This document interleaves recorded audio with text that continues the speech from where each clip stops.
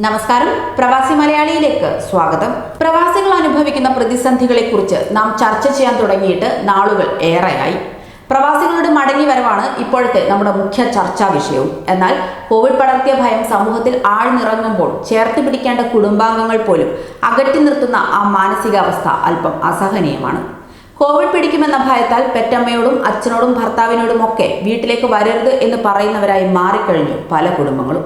അതെ, കോവിഡ് ഇല്ലാതാക്കിയത് നമ്മുടെ ജീവിത സാഹചര്യം മാത്രമല്ല, കുടുംബ ബന്ധങ്ങൾക്കിടയിലുള്ള ആഴവും പരപ്പും കൂടിയാണ്. കോവിഡിനെ തുടർന്ന് പണി കുറഞ്ഞതിനൊപ്പം തന്നെ രോഗഭീതിയും കാരണമാണ് ഒമാനിലെ ബാത്തിന മേഖലയിൽ ജോലി ചെയ്തിരുന്ന കണ്ണൂർ സ്വദേശി നാട്ടിലേക്ക് മടങ്ങാൻ തീരുമാനിച്ചത്. എംബസിയിൽ രജിസ്റ്റർ ചെയ്തിട്ടും മറുപടി ഒന്നും ലഭിക്കാതിരുന്നതിനെ തുടർന്നാണ് സന്നദ്ധ സംഘടനാ പ്രവർത്തകരുമായി ബന്ധപ്പെടുകയും ചെയ്തത്. കഴിഞ്ഞ ദിവസം മസ്കത്തിൽ നിന്ന് പുറപ്പെട്ട ചാർട്ടേഡ് വിമാനത്തിൽ ഇദ്ദേഹത്തിന് സീറ്റ് നൽകാമെന്ന് സംഘടനാ പ്രവർത്തകർ ഉറപ്പു നൽകുകയും ചെയ്തു. ഈ സന്തോഷ വർത്തമാനം അറിയിക്കാൻ തന്റെ വീട്ടിലേക്ക് വിളിച്ചപ്പോഴാണ് ഹൃദയം തകരുന്ന ആ വാക്ക് അദ്ദേഹം കേട്ടത്. അതും 14 വയസ്സുകാരനായ മകന്റെ വായിൽ നിന്നും. കോവിഡുള്ള അച്ഛൻ വീട്ടിലേക്ക് തിരിച്ചു വന്നാൽ ഞാൻ ആത്മഹത്യ ചെയ്യുമെന്നായിരുന്നു ഏറെ ഓമനിച്ച് വളർത്തിയ ആ കുഞ്ഞിന്റെ പ്രതികരണം.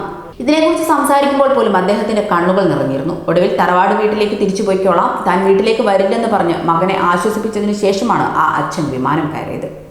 പെൺമക്കൾ നാട്ടിലേക്ക് വരേണ്ടതില്ല എന്ന് പറഞ്ഞതിനെ തുടർന്ന് നിസ്സഹായയായി മകനോടൊപ്പം താമസ സ്ഥലത്തേക്ക് മടങ്ങിയ ഉമ്മയെയും മസ്കറ്റ് വിമാനത്താവളത്തിൽ കാണാൻ സാധിക്കും. ഏതാനും മാസം മുൻപാണ് മകനോടൊപ്പം താമസിക്കാൻ ഉമ്മ ഒമാനിലെത്തിയത്. ആ ജീവിതം മടുത്തതിനെ തുടർന്ന് നാട്ടിലേക്ക് മടങ്ങാൻ തന്നെ അവർ ആഗ്രഹിച്ചു. കോവിഡ് പടർന്നത് കണക്കിലെടുത്ത് അമ്മയെ നാട്ടിലയക്കുന്നതാണ് നല്ലതെന്ന് മകനും തോന്നി. അതിനെ തുടർന്നാണ് സഹോദരിമാരെ വിളിച്ച് സംസാരിച്ചതെങ്കിലും കോവിഡ് പകരുമെന്നും തൽക്കാലം ഉമ്മയെ ഇങ്ങോട്ട് അയക്കേണ്ടെന്നുമായിരുന്നു അവരുടെ മറുപടി. ഇതേ തുടർന്ന് മകൻ വീടിനടുത്തുള്ളവരും ഒമാനിൽ കുടുങ്ങിക്കിടക്കുന്ന മറ്റൊരു കുടുംബത്തിലെ ഉമ്മയെയും മകനെയും കണ്ടെത്തി അവർക്കുള്ള ടിക്കറ്റ് സ്പോൺസർ ചെയ്ത് മൂവരെയും ചാർട്ടേഡ് വിമാനത്തിൽ നാട്ടിലയക്കാൻ ശ്രമം നടത്തി. വീടില്ലാത്ത ഇവർക്ക് വാടക വീടെടുക്കാൻ വേണ്ട പണവും നൽകി. ഇവരുടെ വീട്ടിൽ ഉമ്മയെ ക്വാറന്റൈൻ സമയത്ത് താമസിപ്പിക്കാനായിരുന്നു ആ മകന്റെ പദ്ധതി. 3 ടിക്കറ്റുകളും സ്റ്റാൻഡ് ബൈ ആയിരുന്നു. എമിഗ്രേഷനിലെ പ്രശ്നം മൂലം ടിക്കറ്റ് ഉറപ്പായ ഒരാളുടെ യാത്ര മുടങ്ങി. ഇതേ തുടർന്ന് ഈ ഉമ്മയ്ക്ക് അവസരം നൽകാമെന്ന് പറഞ്ഞപ്പോഴാണ് അവരുടെ സങ്കടകഥ പുറം ലോകം അറിയുന്നത്. തുടർന്ന് സന്നദ്ധ സംഘടനാ പ്രവർത്തകർ വീട്ടിലേക്ക് വിളിച്ച് മക്കളോട് സംസാരിച്ചപ്പോഴും ആ പെൺമക്കളുടെ നിലപാട് വിപരീതമായിരുന്നില്ല. തുടർന്ന് അടുത്തുള്ള ഏതെങ്കിലും വിമാനത്തിൽ നാട്ടിലേക്ക് മടങ്ങാമെന്ന പ്രതീക്ഷയിൽ ഇവർ തിരികെ പോകുകയായിരുന്നു. കോവിഡ് വാഹികൾ, മരണവ്യാപാരികൾ എന്നിങ്ങനെ പല വിശേഷണങ്ങളാണ് പ്രവാസികൾക്ക് ഇപ്പോൾ നമ്മുടെ നാട്ടുകാർ ചാർത്തിക്കൊടുത്തിരിക്കുന്നത്. അവരുടെ കണ്ണിൽ വെറുക്കപ്പെട്ടവരായി, കണ്ണിലെ കരടായി സമൂഹത്തിൽ മാറി എന്നതിൻ്റെ ഉദാഹരണമാണ് സമൂഹ മാധ്യമങ്ങളിലൂടെ ധാരാളമായി നാം പ്രവാസികളെക്കുറിച്ച് കേൾക്കുന്നത്.